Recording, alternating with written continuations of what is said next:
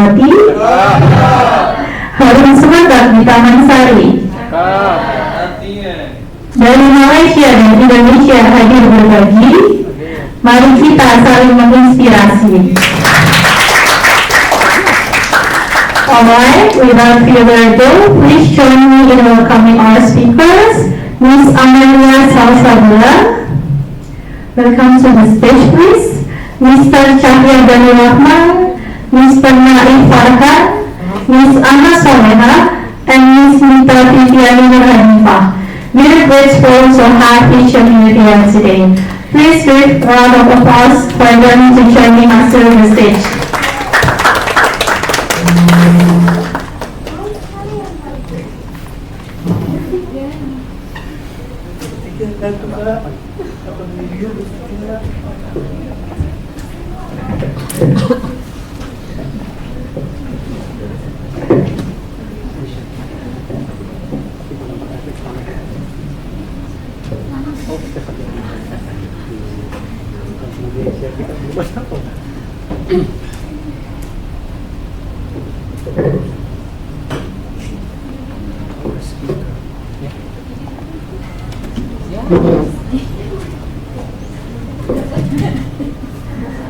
Okay, before we welcome our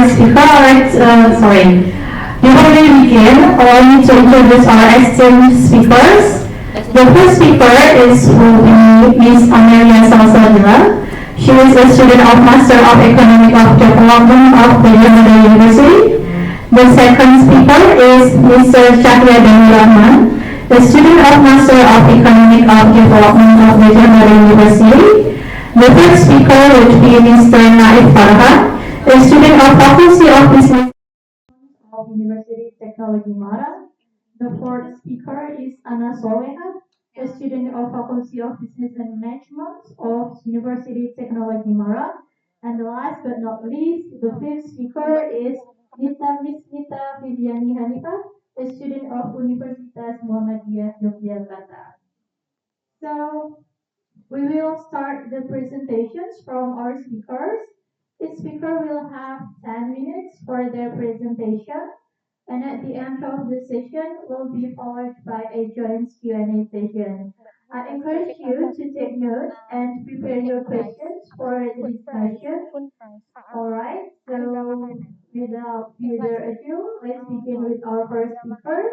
Please welcome Miss Amelia Salsabila to the stage.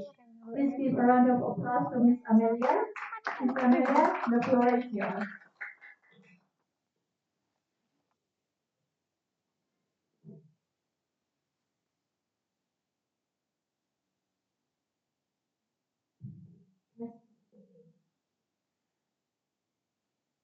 Assalamualaikum warahmatullahi wabarakatuh. Waalaikumsalam warahmatullahi wabarakatuh. Good afternoon, all. Good afternoon. I think some of you may be very tired because a long trip from Malaysia, right? Or a long trip from UMD, right? No. Because Tapi dia nggak presentasi. thank you for the honorable session for me to discuss with you. It's I think honorable time for us to discuss. So I will discuss what the research that I have done, and the suggestion or also comments is very I need it because it will be improved my research because it's my first research. Okay, yeah, maybe can Papa there help to show the presentation?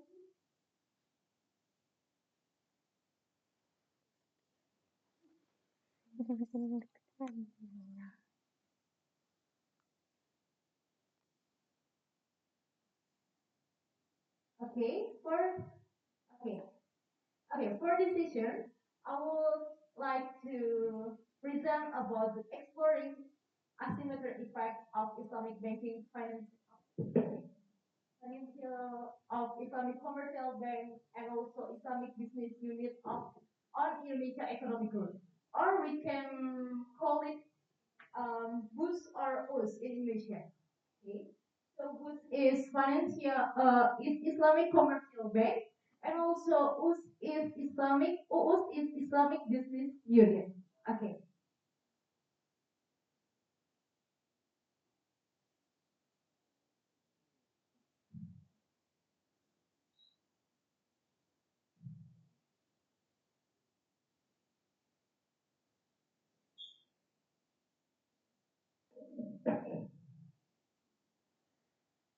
As we know, the financial system is a very crucial thing in economic growth.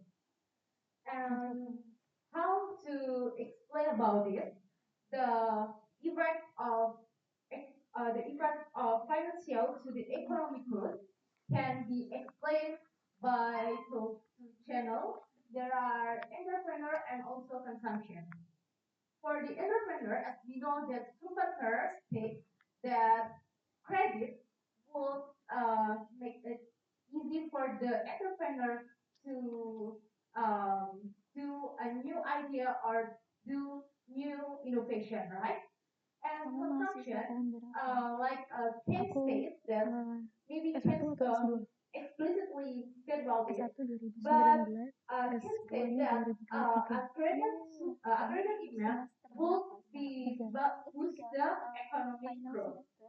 So credit is one of the channels that can easier or as a catalysator for the economic growth, both from the entrepreneurship and also consumption. Okay. However, the recent study shows that credit or financial doesn't impact positively because consumption credit or non-productive credit may show a negative impact on the economic growth. The study has shown by Nian and Sufi, Lombardi, Alician, and also Georgia and lot of it. Okay, next we have to know about financing. In OJK or in Indonesia, the data is divided by two. First, financing is for the business, and the second, financing is for the non-business. For the business, we call it a productive financing. Productive financing, also divided by two, it is a working capital financing and also investment financing. And the consumptive credit or non-productive credit, as we know, for the example, is mortgage credit or credit for buy a car without any job. It's just for use personally. Now, okay. So after that, we know that in Indonesia, the Syariah financial have been growth increasingly rapidly. So from the slide, we know that in two, in 2003 there are 10 Sharia banking, and in 2020 there are 33 Sharia banking, both it is tools or also US. Okay, before we start or we continue our discussion, we have to know the literature review or what or who have done the research about the financial or Sharia financial system. So the Hadija and Benabar show that in the long run has no effect on economic growth in Malaysia. So Sharia doesn't have effect in long run, but there is a effect on short run. The other research they are Gani Bahari, Majid, and also Yusel, and so on. And in Indonesia, there are research about some research about how Sharia financial effect on economic growth. They are Anwar and also Abdul that using an IRD, that using IRDL and PATM, and also Abdu and Omar that using ARDL to solve the effect of Sharia financing to economic growth. Therefore, the study will fill the gap from the gap literature by exploring the asymmetric effect of the Sharia financing in Indonesia. So, um, first, the data that I used to this research is Sharia financing that come from OJK or Otoritas Jasa Keuangan. I don't know in Malaysia, is there any OJK? What we call OJK in Malaysia? Hmm, badan Okay, maybe we discuss about it. financial Yeah. authority Okay. gitu kan. After it, I collect data. Pokoknya tuh intinya You need OJK to itu know dia how ngeluarin the BI economic growth. I collect from CIC sama-sama data and also ngatur misal to keuangan di negara. overcome the omitted variable bias. I do and use some data like inflation, FDI, government expenditure, and so on. And for this research, I have some estimation, and there is two main estimation with three adding estimation to uh, make our knowledge know about why it can be there.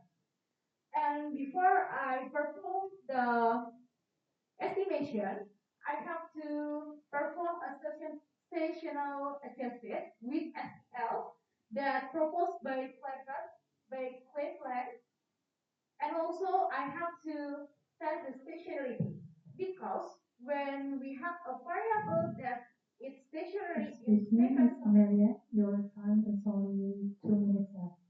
Okay. Okay, maybe I skipped all of this Tapi and kayaknya emang bagian dari maybe kayak you skill can estimate see itu the keluar estimation. itu There is tuh a hasil sama conclusionnya main kayak estimation and the makanya result from the wall tab. alasan You kan know nggak that in ada the tapi long run mau we have data to satu use an RDL, and in short run we have to use the ARDL. Okay, uh, why the estimation show a negative significant? It doesn't mean that Sharia banking is poor or bad. I think because it doesn't efficient yet in Indonesia, right? Because when we see the data, we know that the NPF or non-performing financing in Indonesia is greater than our conventional bank in Indonesia. And also the explanation that may explain why it can be there is high proportion of consumptive financing. That from the previous study, we know that consumptive financing maybe will boost economic growth in a short run, but doesn't boost economic growth in a long run. So there is a model 2 contains by estimation, model 4, model 3, there is a model 5, and this is our result and the conclusion, and also the limitation. Okay, the limitation. This research maybe have to develop by conducting robustness check in the future, and also the second limitation is we only use the data from quarter 1 2010 until 2019 to avoid impact of the financial crisis and the impact of crisis due to COVID-19.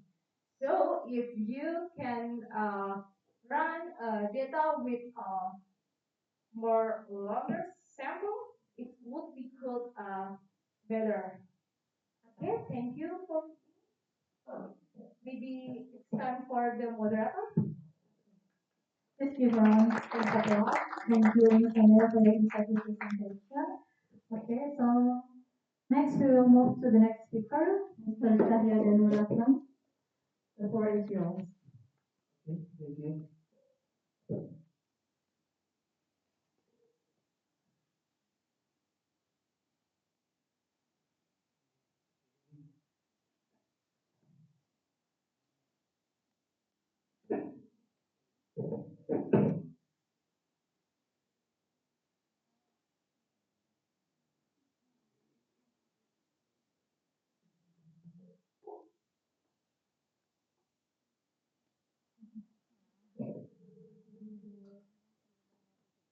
Oh, enggak ada nih.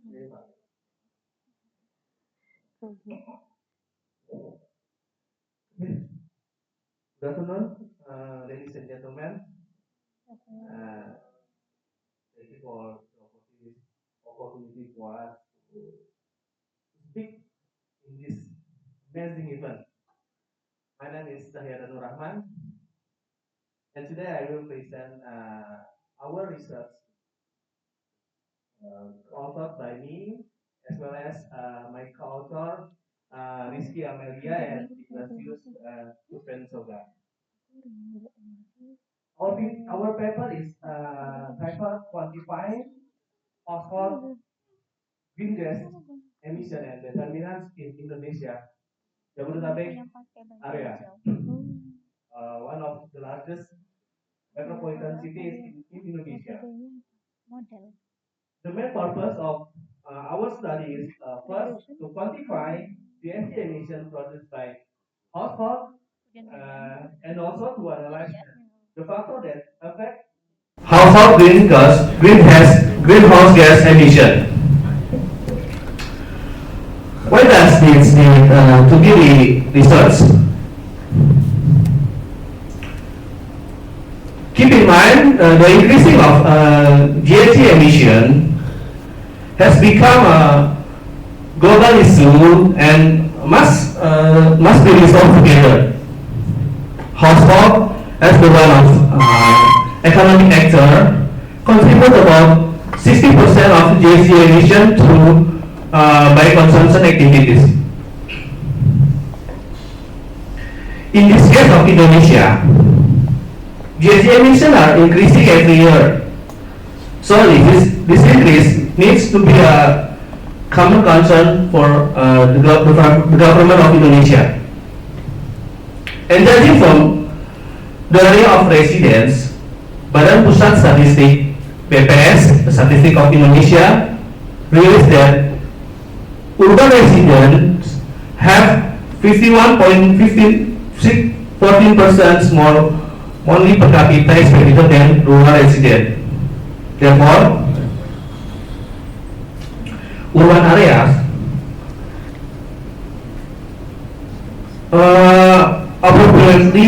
appropriate target can be appropriate target for the government to reduce GHG emission. Yes. Several studies have been conducted to analyze the factor of the effect on household GHG emission. Some of them are studies conducted by Kelkov and Young Fan, which examine that the determinant of GHG emission from household energy consumption. Meanwhile, the similar studies in Indonesia was conducted by Wulandari in 2021. In contrast from these studies, our research not only calculates household greenhouse emission from direct energy, or we call it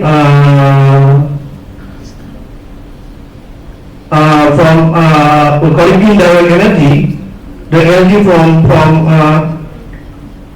in contrast, our research not only calculates household gas emission from direct energy, but also we quantify the emission from indirect energy, for example, food consumption, using more complete commodities.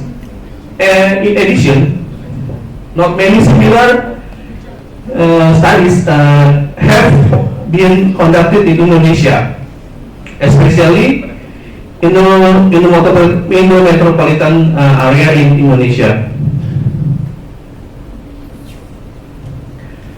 Several previous studies have suggested that increased household consumption correlates with increased emission and waste. Dragman and Palmer and Zhang said that household consumption contributes to greenhouse gas emission globally. And Fan added that household emission should not be ignored.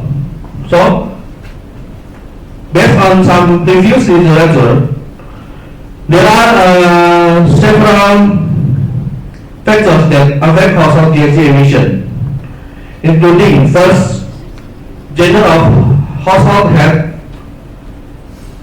Expanded, expanded male head household generate a higher carbon emission because men spend more money to transportation sector and eating out. So it contribute more in GHG emission. The second is age of household head. Expanded other household head actually exhibit less environmentally friendly behavior and leading to an increased household carbon emission. And then older household heads usually can save more money. With more money, they can buy more, and when they consume more, the GHG emission will be increasing at the same time. The next one is education of household. But Step explained that education has a significant influence that level. Higher level of education will get better occupation, and then they get more money, and then they consume more. So the effect is the emission is increasing together. The fourth is the number of household. Next, and then the fifth is number of working household, and the sixth is income. Next, the data utilized in this study are secondary data sourced from BPS, from National Socio-Economic Survey Susunas 2023. The data that we use is the first consumption data from Susunas, demographic and socio-economic character of household from Susunas, and the other is the emission factor for each community from the previous article and some official report.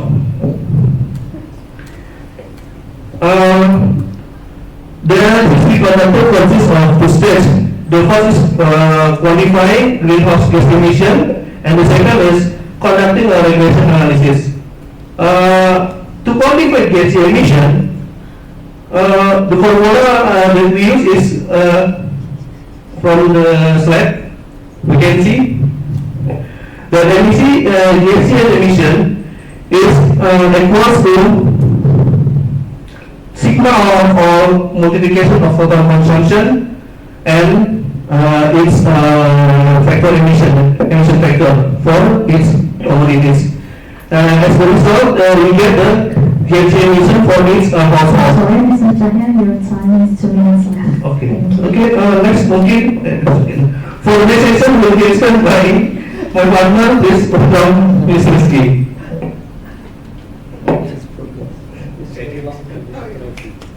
Thank you. I will continue our presentation. Let's move to the result. As you can see in front of you are total emission by consumption type, which is contributed from food and beverages, significantly approximate 137 million tons of carbon dioxide equivalent per year, And from non-food items, follow closely, approximate 129 million tons of carbon dioxide equivalent per year. While on average, each household produces an average 15 tons of carbon dioxide equivalent per year from food, and from non-food items, each household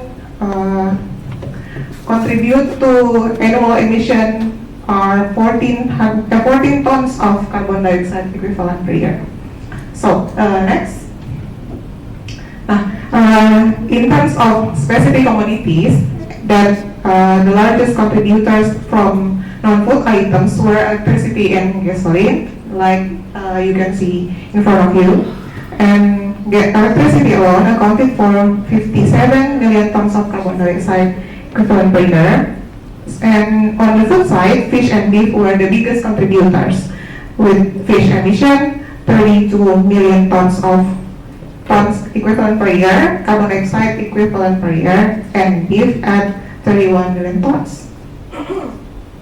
So this suggests that everyday energy usage and diet choices are significant contributors to household. So let's now look at how these emissions vary across different regions within Jabodetabek. So these figures show the information about, we see a few interesting patterns here. Household in Kabupaten Kepulauan Seribu, kelihatan nggak? No.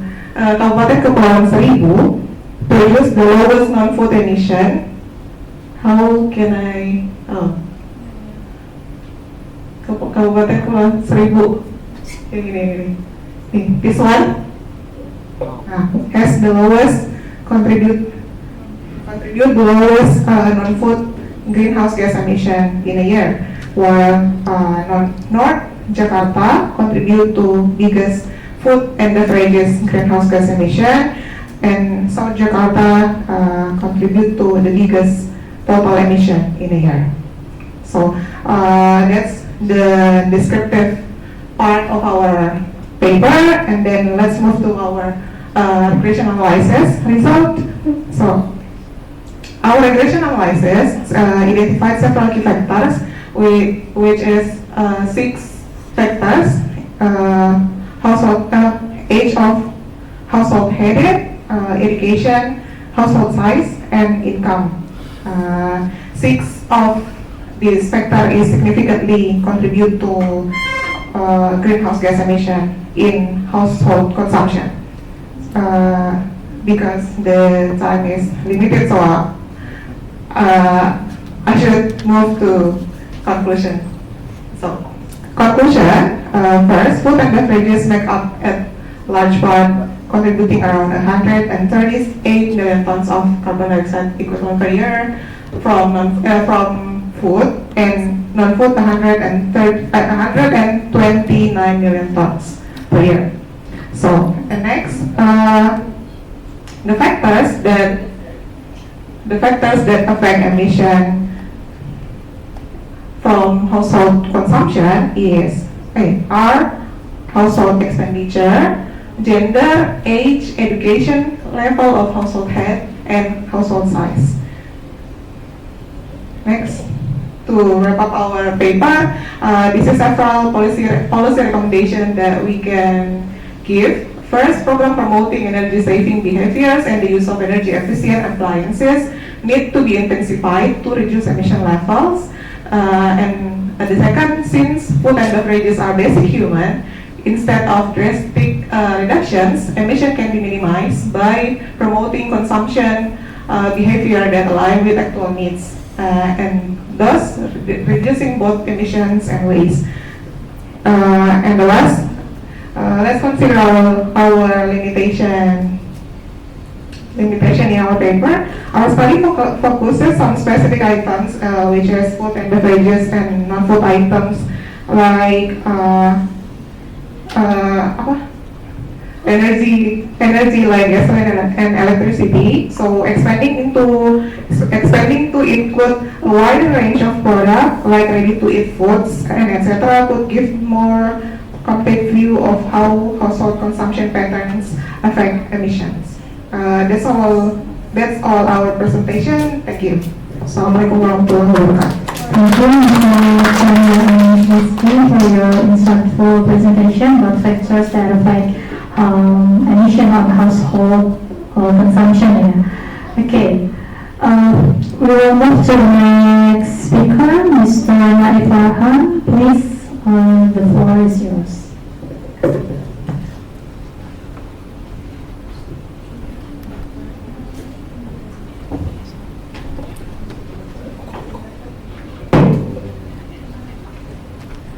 Ya, Bismillah.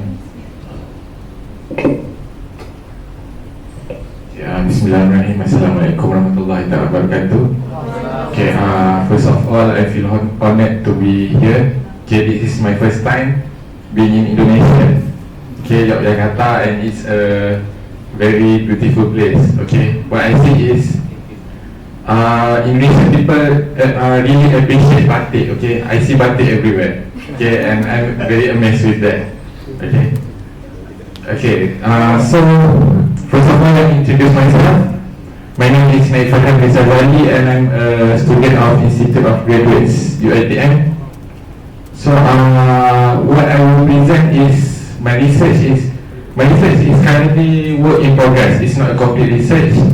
I have not done the methodology yet, since my topic is, I think, related to our theme today, which is finance and economic development, lessons for the post-COVID-19 future. So I need to bring my work in progress research that I think is really relate to our topic today. Okay, so this is my title: Islamic Microfinance, a Vital Support System for Micro Enterprise Growth in Malaysia. So, in the context of nation, SME stands for Small and Medium Enterprise. Okay, SMEs are crucial to the Malaysian economy, contributing significantly to employment and GDP.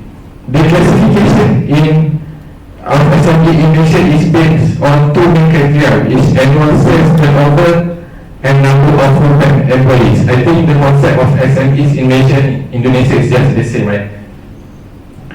So these criteria are used to categorize business into micro, small and medium enterprise across different sectors such as manufacturing and services.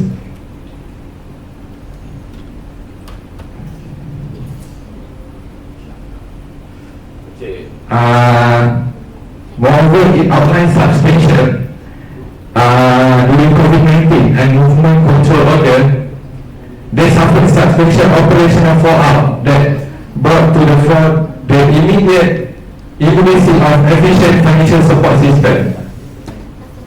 This is where Islamic microfinance come into the picture, a key solution providing small-scale financial support to entrepreneurs and individuals who lack access to conventional banking services in accordance with Islamic principle. This system aims to elevate poverty and promote economic development by offering financial products. This study understands the contribution.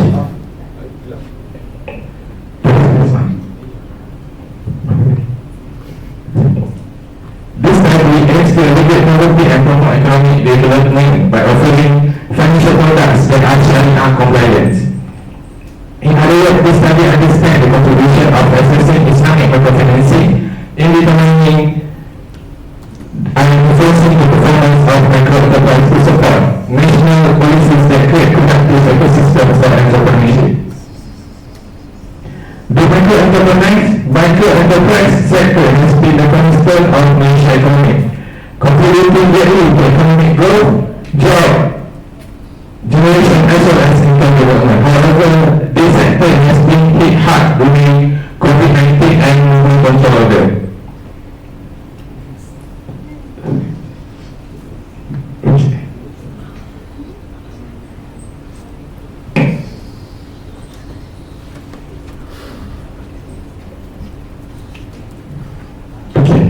This is my research question and research objective. Okay, what determines the access of Islamic microfinancing as a financial lifeline by micro entrepreneurs in Malaysia? Does Islamic microfinancing have impact on micro entrepreneurs in Malaysia?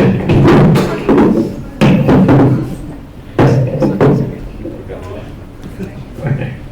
So basically, what I have seen is micro entrepreneurs, especially in Malaysia, prefer conventional banking and traditional financial support.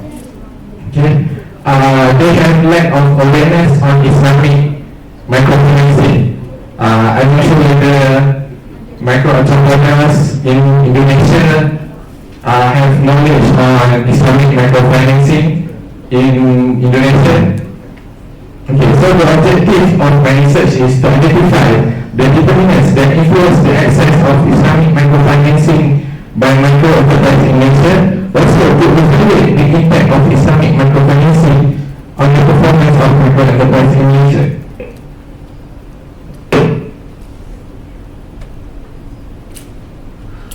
Okay, this is part of my literature review.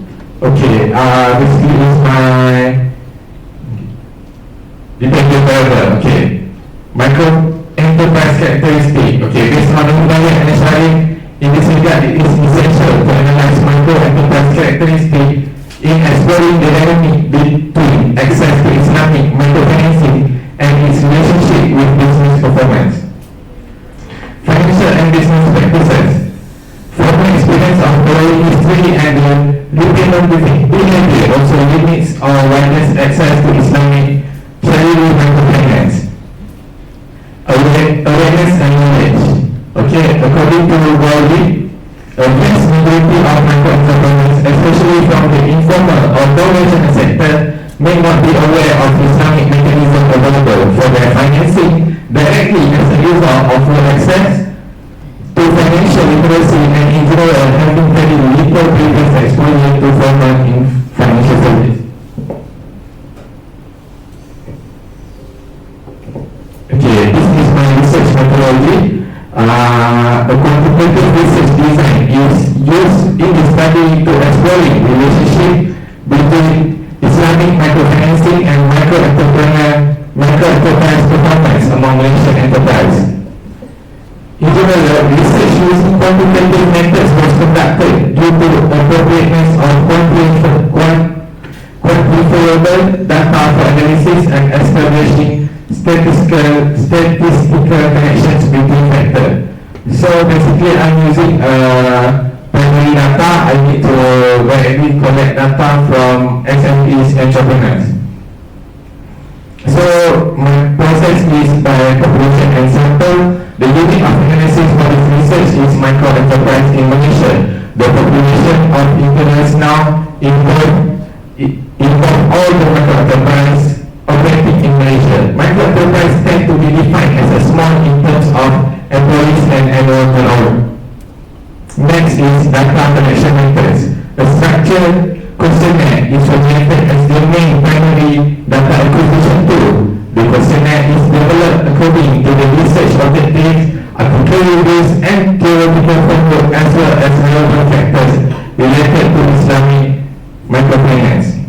So what are the data analysis technique I will use is logic model. Logic model is used to examine the predictors that affecting micro enterprise in Malaysia access towards Islamic microfinance.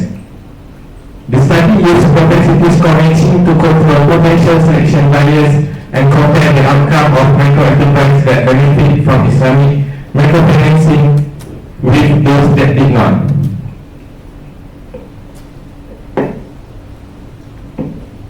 So this is my presentation. My presentation will be short. We already come to the conclusion.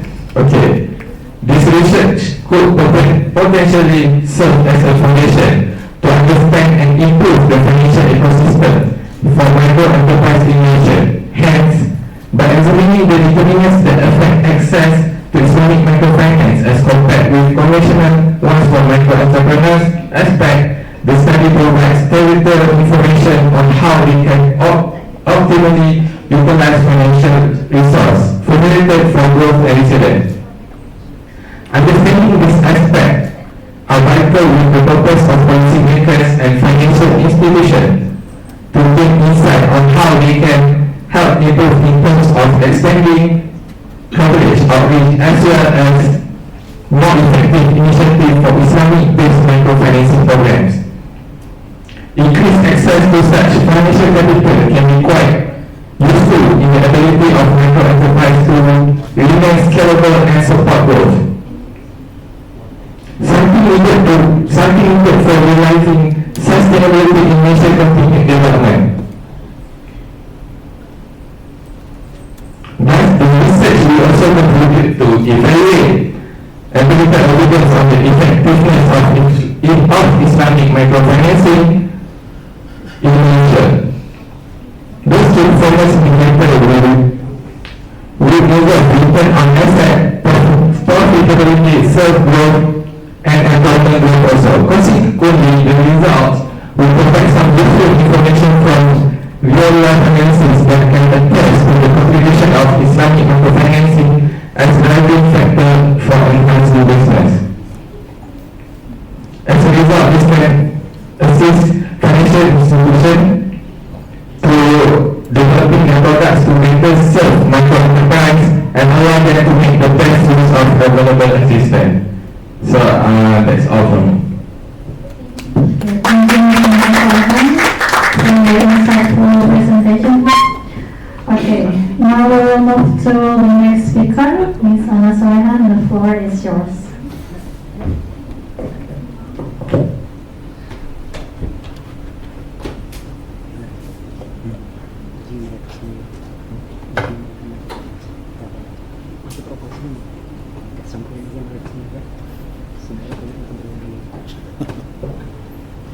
Test.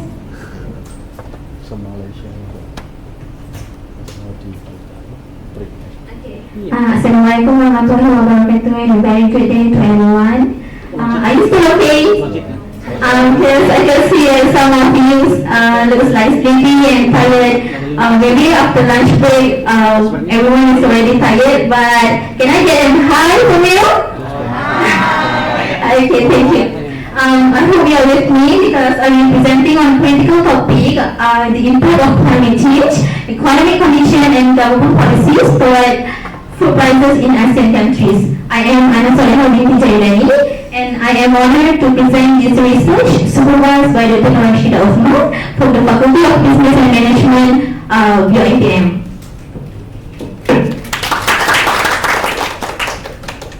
Alright, to give you some context, this is FAO, Food and Agriculture Organization United Nations Food Price Index. So what is Food Price Index? Food Price Index is a measure of the monthly change in international price of basket of food commodities. So if you can see in the graph, it shows the upward trends, but in 2023 it suddenly declined. So this is because in 2022, if you are aware with the current issues, we have Russia and Ukraine issues. So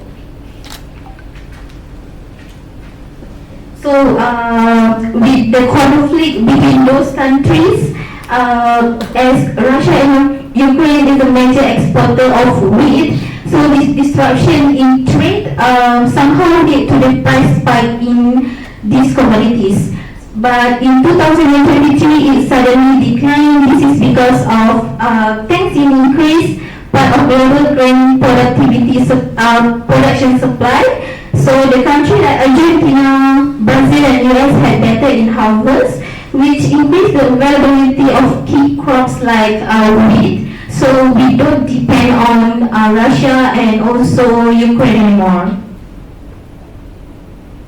Okay, next this is ASEAN food price. So I listed some of the ASEAN nations like Malaysia, Singapore, Brunei, Philippines, Cambodia and Myanmar. So as you can see, the graph show the volatility trends, but if you notice, in these slides there are no Indonesia data because I couldn't find the recent data, but I would like to ask my Indonesian friends, what about the food Is there anyone could answer the question? Just the food price in Indonesia. Yeah. Is it actually the upward trends or food price here is still pricey or okay or About the price? is the food price here is expensive? No. No. Sheep. Oh shit.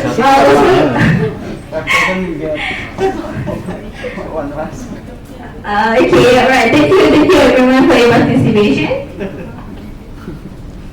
Okay, next. So the key issue I want to talk about is around 850 million individuals globally, representing roughly 11% of the total population, suffer from chronic undernourishment. So each year, about 5.64 million children under the age of 5 die from hunger-related causes, and then about the greater trade openness was linked to the high consumer food price index, and also climate change is projected to result in decreased agricultural yield and lead to the higher food prices. So this is not the common problems that we have to neglect. So this is the crucial issue that we have to know, and we have to take the participation to get to these issues. So my research objective is to examine how the climate change, population, trade openness, and foreign exchange rate uniquely influence the food price in the specific context of ASEAN countries. Alright, this is some literature review. I found that this research somehow agree with my independent variable, but none of this research using ASEAN countries in their research, and also they are not using the pool group analysis in their methodology.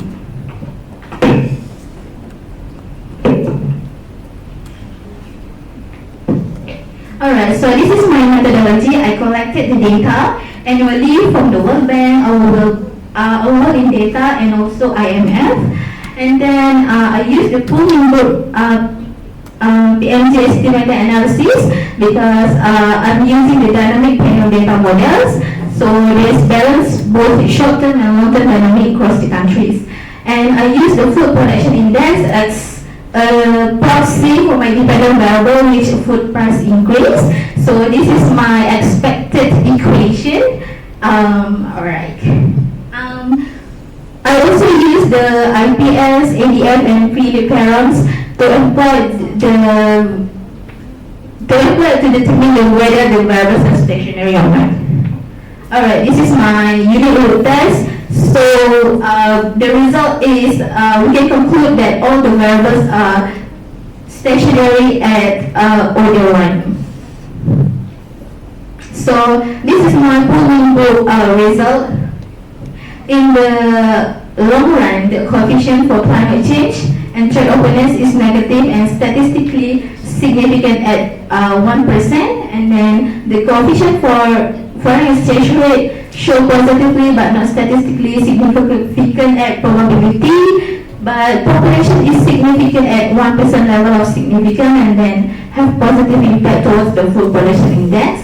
But somehow, in the long run, climate change and trade openness have significant short-run effect towards the food production index, and the EC, which error correction term, show that deviation from the long-run equilibrium are corrected at a rate of 23.28% per period. So in conclusions, the factor that contribute to the food price increase is climate change, trade openness, and population, which that can influence the food price increase in ASEAN countries. So the recommendation that I could suggest is we have to empowering the SDG 2, which sustainable development goal to end hunger, achieve food security, and improve nutrition and promote sustainable agriculture. And also government should do the some intervention, should implement program to encourage the consumption of local product and promote urban agriculture initiative to increase the food production within cities. Okay. That's all from me. Thank you. Thank you, everyone. Thank you, very insightful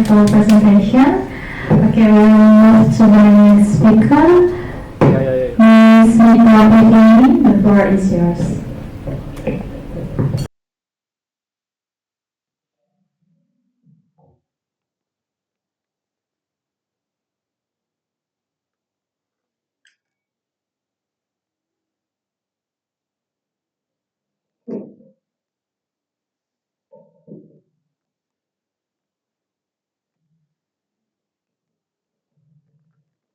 Oke, Assalamualaikum warahmatullahi wabarakatuh. Thank you for the opportunity for me. Today I will present my research finding. The title is The Role of Renewable Energy in Reduced Carbon Emission, a study of the top 15 CO2 emitting countries.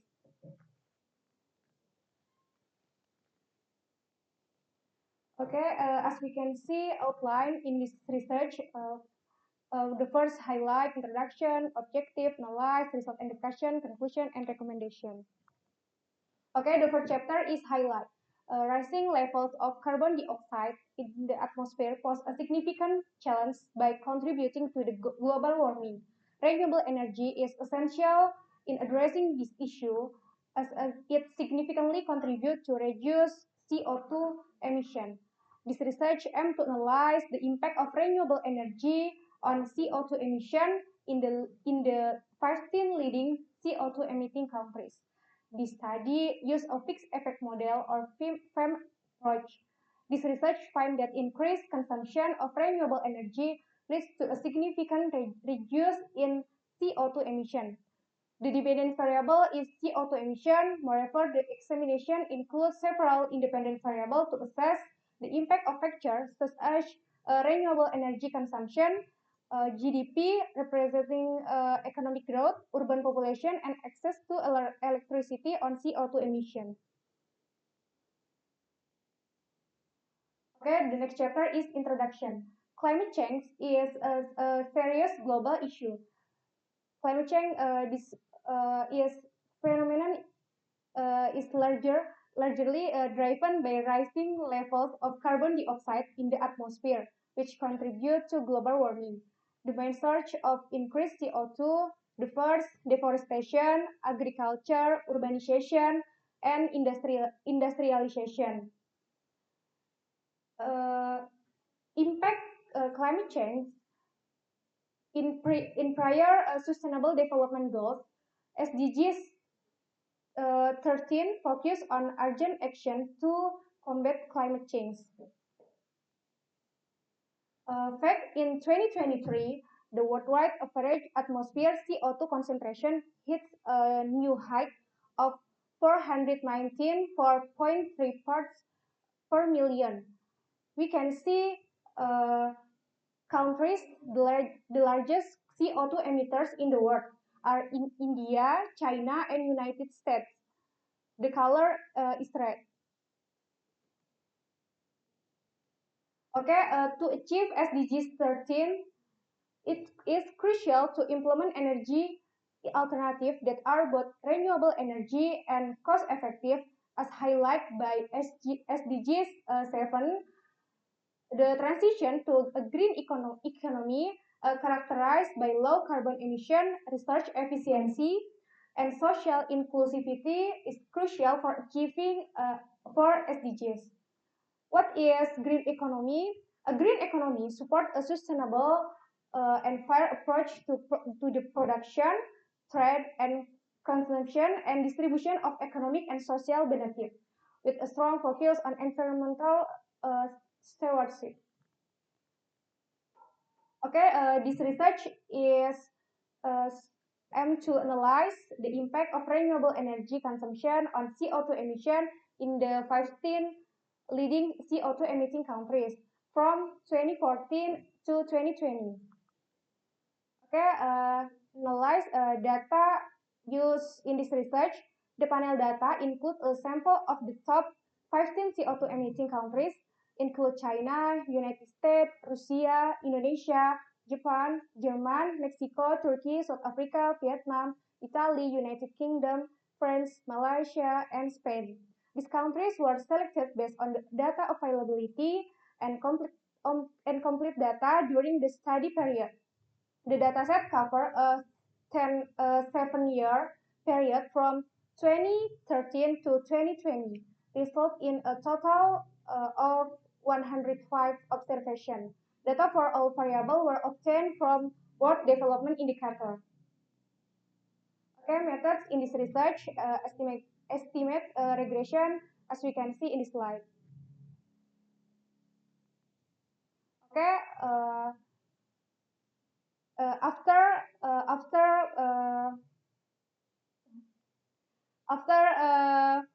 collect data, result and discussion is first descriptive statistic. The mean CO2 emission are 1,475 kilotons. Renewable energy consumption average 12.90% and etc. As we can see in this slide. Okay, regression model estimation. First, Hausman test result, probability,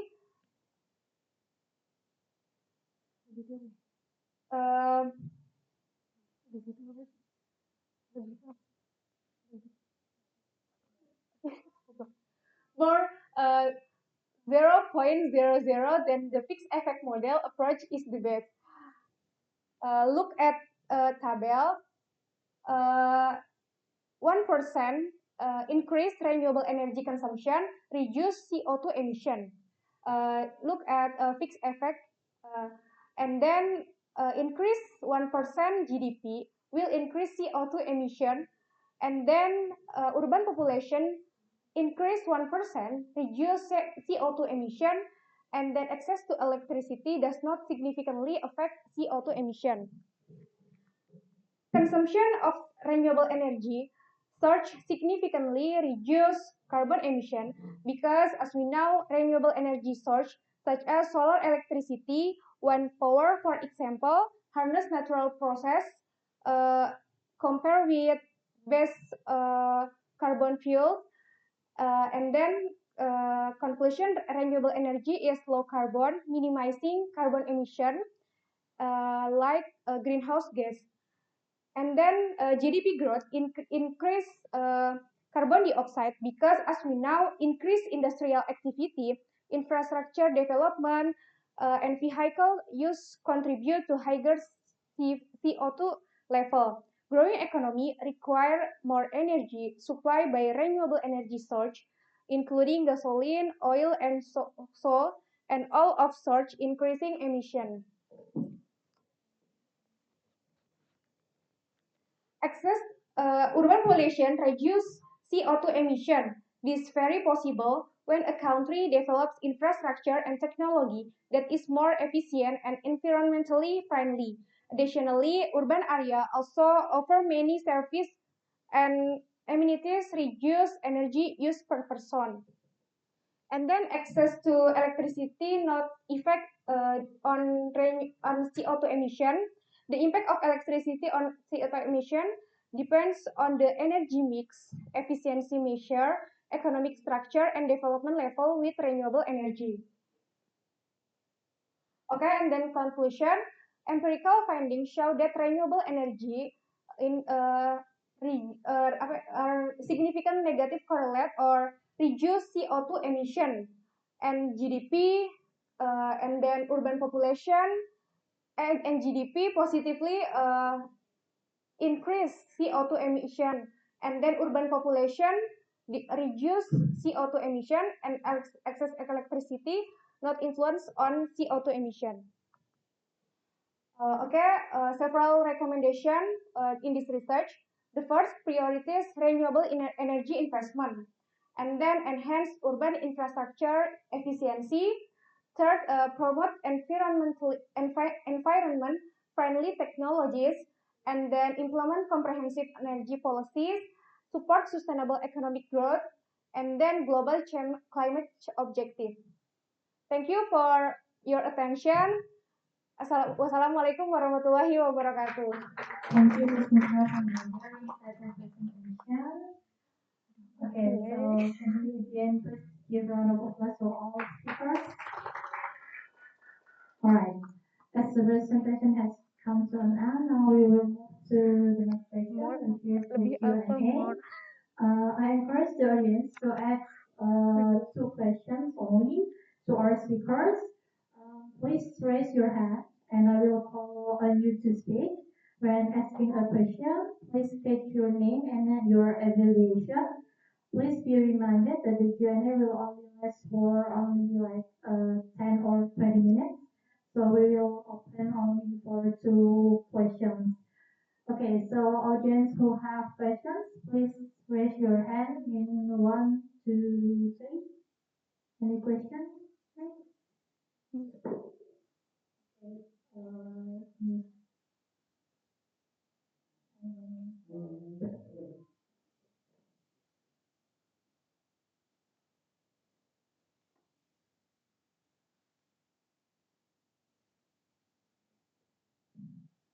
Before asking questions, please state your name and affiliation, and also who you want to ask the question for.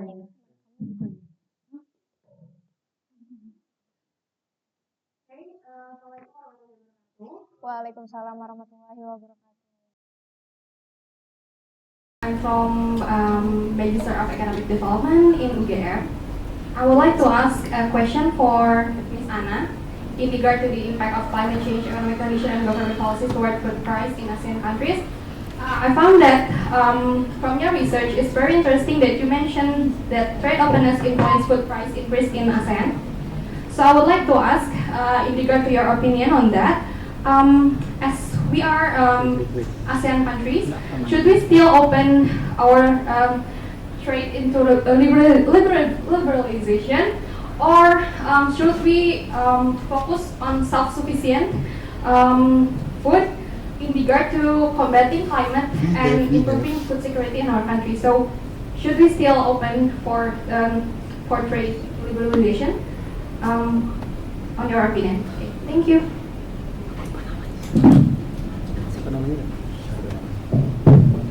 Okay, Miss Anna, would you? Oh, alright, so we'll compile the question. One more question for Mr. with the chocolate jacket. Chocolate jacket.